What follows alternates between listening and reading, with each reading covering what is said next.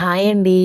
వేసవికాలం వచ్చేసింది. అంటే మామిడికాయల సీజన్ గూడా వచ్చేసింది. మామిడికాయతో రోటి పచ్చడి చేసుకుందాం ఇవాళ. నేనిక్కడ మీడియం సైజ్ మామిడికాయ ఒకటి తీసుకున్నానండి. ఈ మామిడికాయ కాంబినేషన్ కొబ్బరైతే ఇంకా భలేగా ఉంటుంది.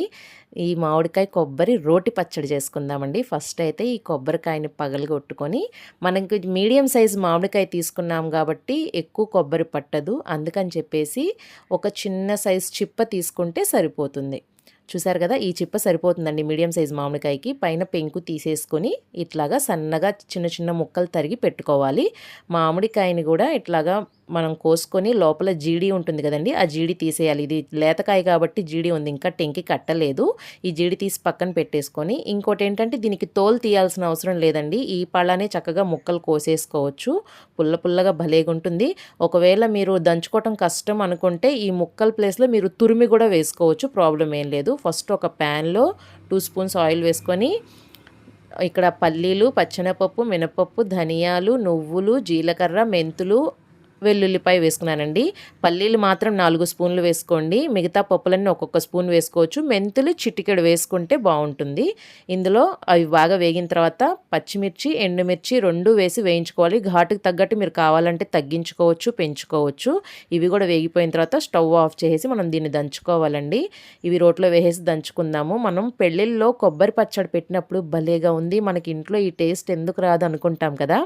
వాళ్ళ సీక్రెట్ ఏంటి అంటే, వాళ్ళు కొబ్బరి పచ్చడిలో కంపల్సరిగా ఎండుమిర్చి, పచ్చిమిర్చి 2 వేస్తారండి. అదే వాళ్ళ సీక్రెట్. ఇందులో రుచికి సరిపడా ఉప్పు వేసుకొని దంచుకోవాలి.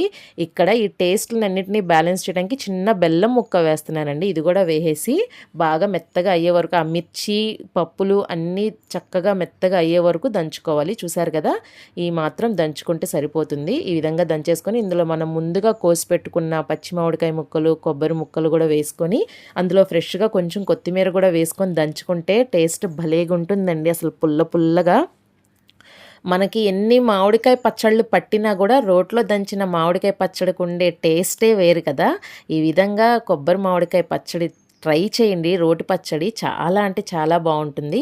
ఈ విధంగా రోట్లో వేసుకొని దంచుకోవచ్చు. మీరు కావాలంటే మిక్సీలో కూడా పట్టుకోవచ్చు అండి. మిక్సీలో పట్టుకునేటట్టయితే కొంచెం వాటర్ యాడ్ చేసుకోండి, లేకపోతే మిక్సీ అనేది స్ట్రక్ అయిపోతుంది.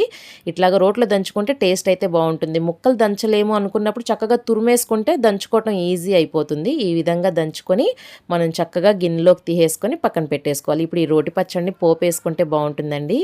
ఆయిల్ పెట్టుకొని ఒక 2 స్పూన్స్ కాగిన తర్వాత ఆవాలు, జీలకర్ర, ఇంగువ, కొంచెం కరివేపాకు వేసేసి బాగా వేయించి ఆవాలు చిటపటమన్న తర్వాత మనం ముందుగా నూరుకున్న రోటి పచ్చడి ఉంది కదా, అది కూడా వేసేసుకొని చక్కగా కలిపేసుకుంటే ఇది వేడివేడిగా రైస్లోకి కొంచెం నెయ్యి వేసుకొని తింటే ఆహా అమృతం లాగుంటుందండి. నచ్చితే లైక్ చేయండి, షేర్ చేయండి, నా ఛానల్ని సబ్స్క్రైబ్ చేసుకోండి.